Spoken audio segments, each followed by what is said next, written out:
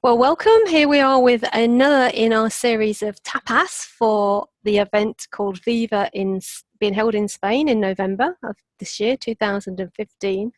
And we're delighted to have another of our insightful speakers, the wonderful, wonderful Jacqueline Hollows, who is founder of her business called Beyond Recovery. And so Jackie's here, as all our speakers are here, to kind of help us get a flavour of who she is as a presenter, a speaker for us at Viva, and also to share a little bit of what she will be sharing with us at the Viva event. So I'm just going to, if it's okay with you, Jacqueline, I'd just like to hand over to you for you to do a little introduction of yourself and take it away. That's perfect, thank you.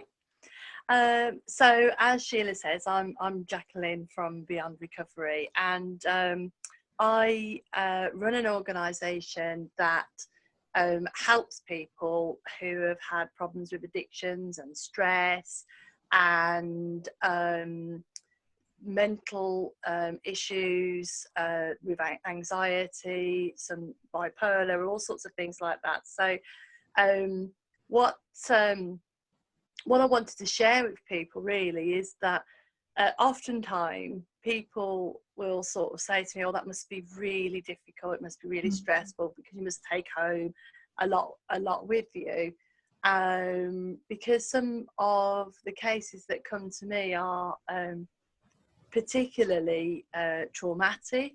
I work with people in prisons as well, so I hear all sorts of things.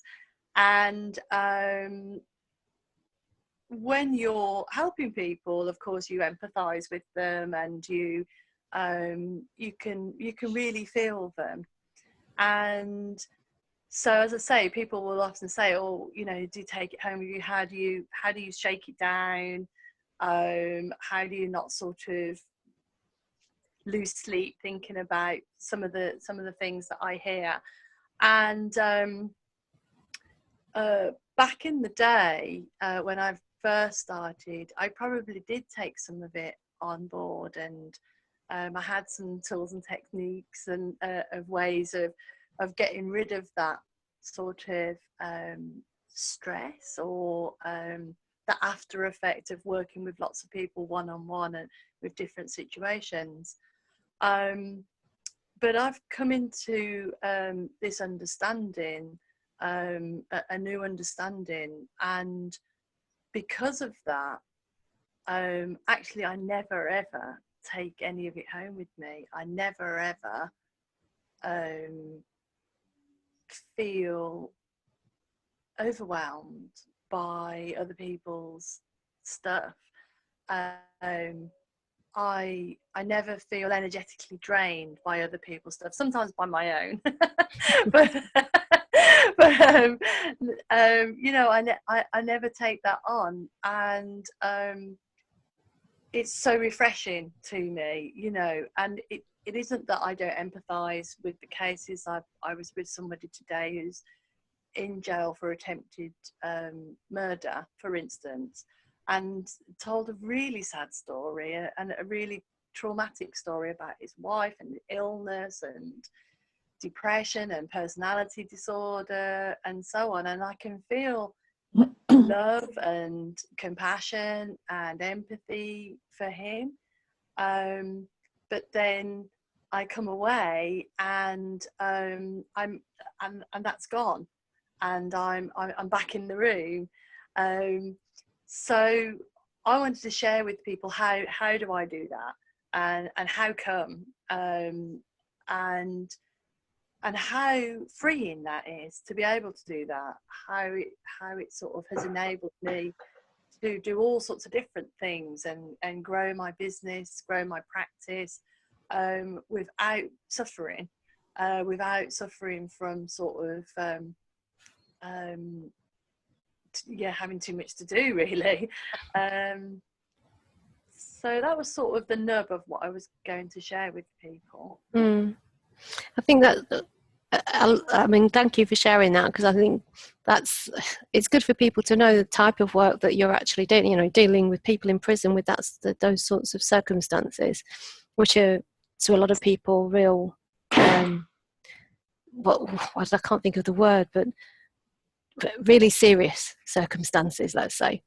But also you just touched on the part of being able to grow your business at the same time. You know, I think that's a huge piece in terms of people who are in professional helping professions, careers, that, you know, because the resilience piece, the stressful piece, the taking on piece, taking on people's energy, taking on their stuff, can really feel like it's bogging people down and bogging us down and not allowing us to flourish and flow with the business, with the practice. So I know that that's something that you're very passionate about, helping people understand how Yes, to grow businesses and where that all comes from.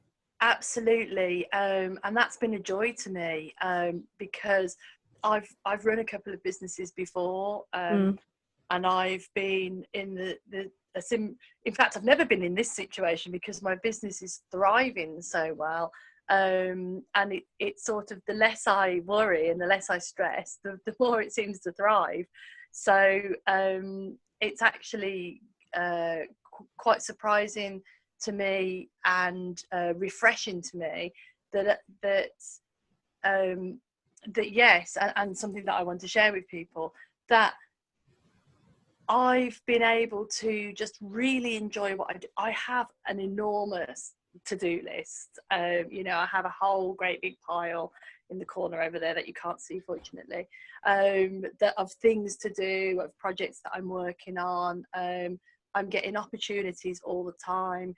Clients, one-to-one clients, come to me out of the blue, and I've just never been so successful. And it's not that I don't do anything to make that happen, but, and I'm going to say effortless, and I hesitate because people confuse that with nothing to do, and I do things, you know, I do things every day, but it seems effortless, it seems easy to me. And on a Friday night, I'm going to sort of stop working and say I actually might sneakily do a little bit of work at the weekend, but I'll still have a pile of stuff that hasn't been done, and yet somehow I can go to sleep at night and not worry about that, and I can manage to prioritize without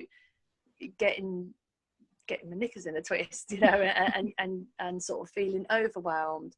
And at the same time, I can manage to attract new business. I'm able to find new opportunities and jump into those new opportunities, and totally enjoy life, and totally be able to say, oh, time to start.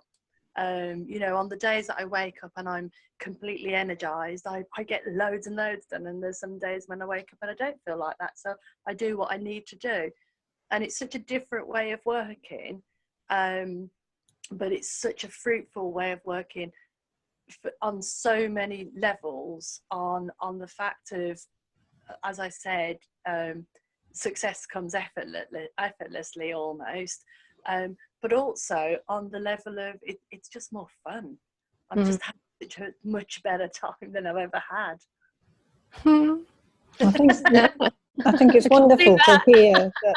For a long, long time, I thought people that would talk like that were just made that way, and so they were lucky, and they were right to be in business. And for the rest of us, best stay out of that kind of, you know, stressful environment.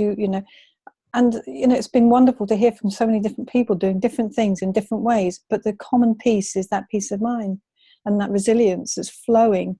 And you just come across as so vibrant and fresh, and yet you're involved in some of the most serious work in terms of coaching and supporting and facilitating that anyone else that we talk to is. So, you know, hats off to you, but also because I really get, you know, and I have an understanding of what you're talking about, but really get what you're saying about it's the same amount of work, but the feeling's so different, and then the effectiveness grows.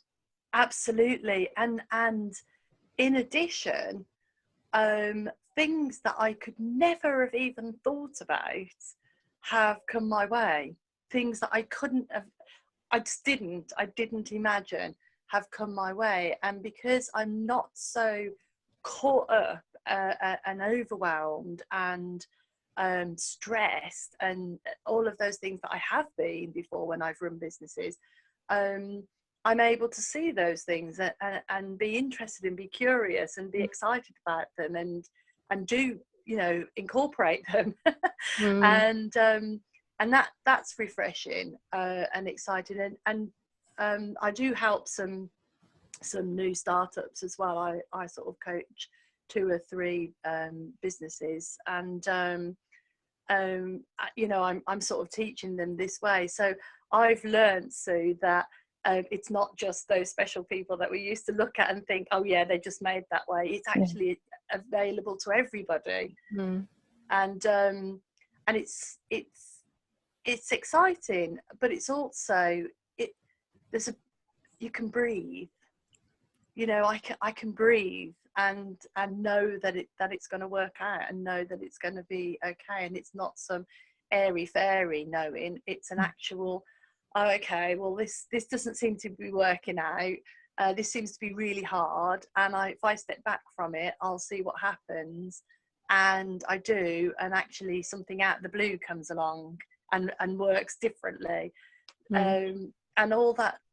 I ran a coaching practice before where I spent so much time trying to get clients and trying to get out there and being bombarded by different, you've got to have an SEO, and you've got to do this and you've got to do that, and you know, you've got to have all these things, instead of following my own gut feeling, if you like, and my own sort of wisdom, and taking baby steps and doing the things that I know now to do in the moment. So, you know, today might be baby steps, tomorrow might be a great big leap. So it's just, and it's tailor-made. So it's like your own business can be tailor-made to you. And that's new to me. That was I didn't know that before. I would read books, you know, like Richard Branson and these big sort of successful people, and think, oh yeah, that's the way to do it. And I've just discovered it isn't. There's a tailor-made way for me to do it, and for every single other person to do it, that works perfectly. And that's so exciting. It is.